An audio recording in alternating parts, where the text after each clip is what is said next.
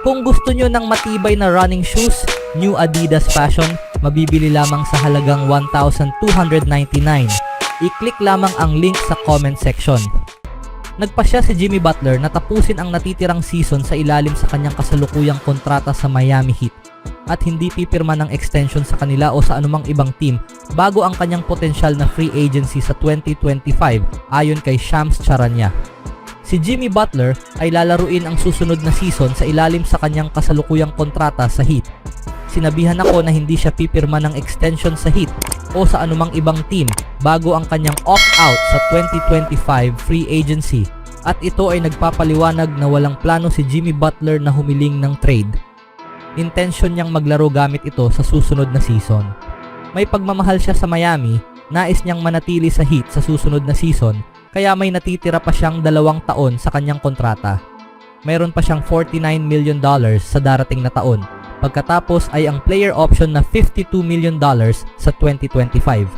Sinabihan ako na determinado si Jimmy Butler na magkaroon ng malaking season sa susunod na taon at ihanda ang kanyang sarili para sa malaking sahod sa 2025 free agency kung saan maaari siyang pumirma ng 4 na taong kontrata na nagkakahalaga ng hanggang $240 million sa Miami o kahit saang team. Ang desisyong ito ay nagpapaliwanag na walang intensyon si Butler na humiling ng trade at siya ay nakatuon na manatili sa Heat para sa susunod na season sa ngayon.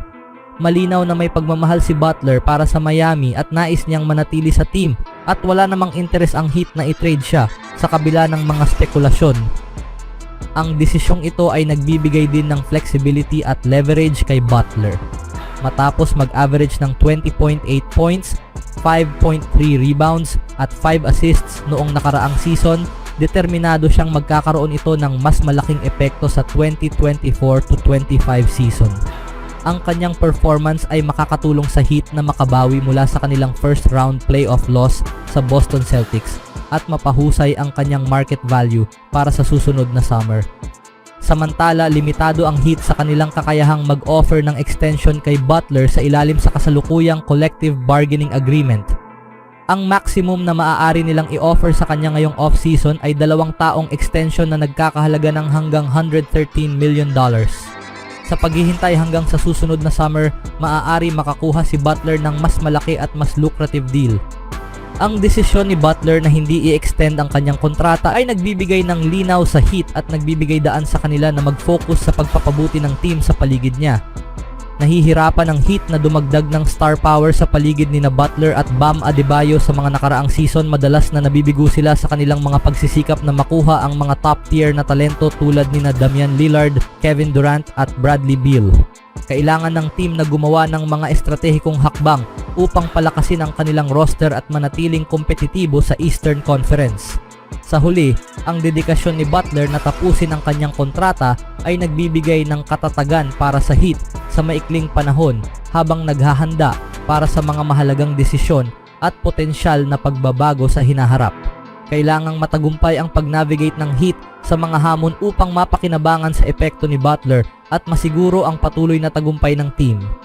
Sa sumunod na balita naman mga kaibigan, ayon kay Michael Scotto ng Hoops Hype, napapirma ng Los Angeles Lakers ang undrafted Xavier guard na si Quincy Olivari sa isang contract para sa training camp.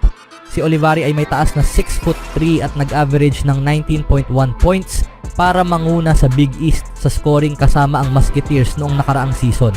Nakapagtala din siya ng 5.6 rebounds bawat laro.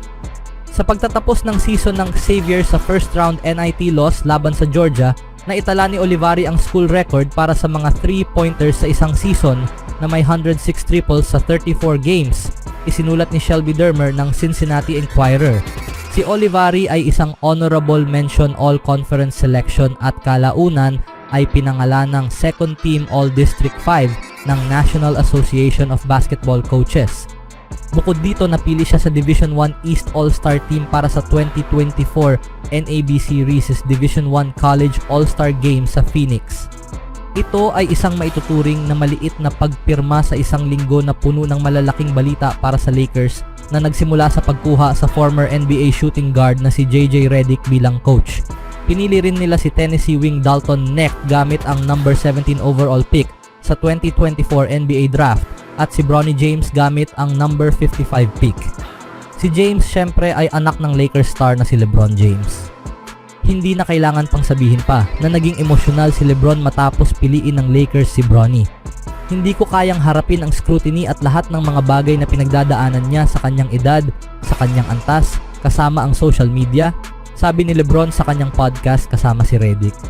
Wala akong social media na pinapasan noong pumasok ako sa edad na 18. Marami akong pagsubok.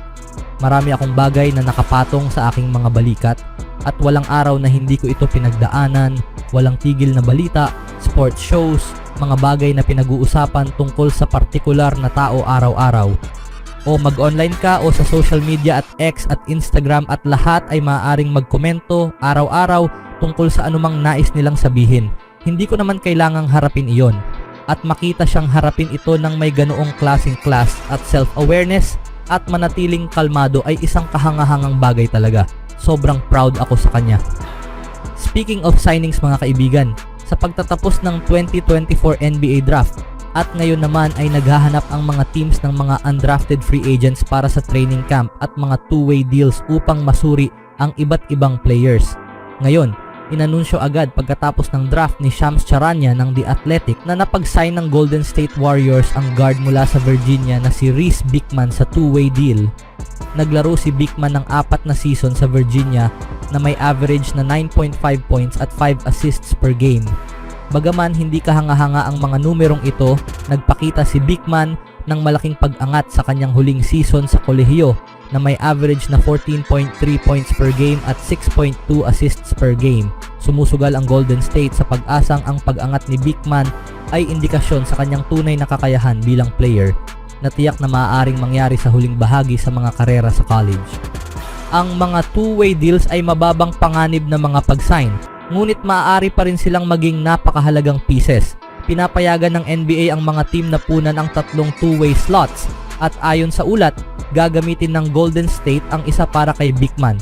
Bagaman malamang na hindi makakita ng maraming NBA minutes si Beekman sa panimula, pero halos palaging may mga pagkakataon naman sa kabuuan ng isang NBA season para sa mga two-way players na makasama ang pangunahing team at magkaroon ng chance sa mas malaking minuto kung magpapakita. Para sa Golden State, ang kanilang Santa Cruz Warriors G League affiliate ay hindi naglalaro ng malayo sa kung saan ginaganap ang kanilang mga NBA home games na nagpapahintulot sa kanila na madaling ilipat ang mga two-way players pataas at pababa ayon sa pangangailangan sa buong season. Ano sa tingin nyo mga kaibigan sa player na ito? Always do it on my own, so I gotta get through it. And the only thing I know is to love what I'm doing. Never give up, never slow, till I finally prove it. Never listen to the no's, I just wanna keep moving. Keep my head up when I act, head up that's a fact. Never looking back, I'ma keep myself on track.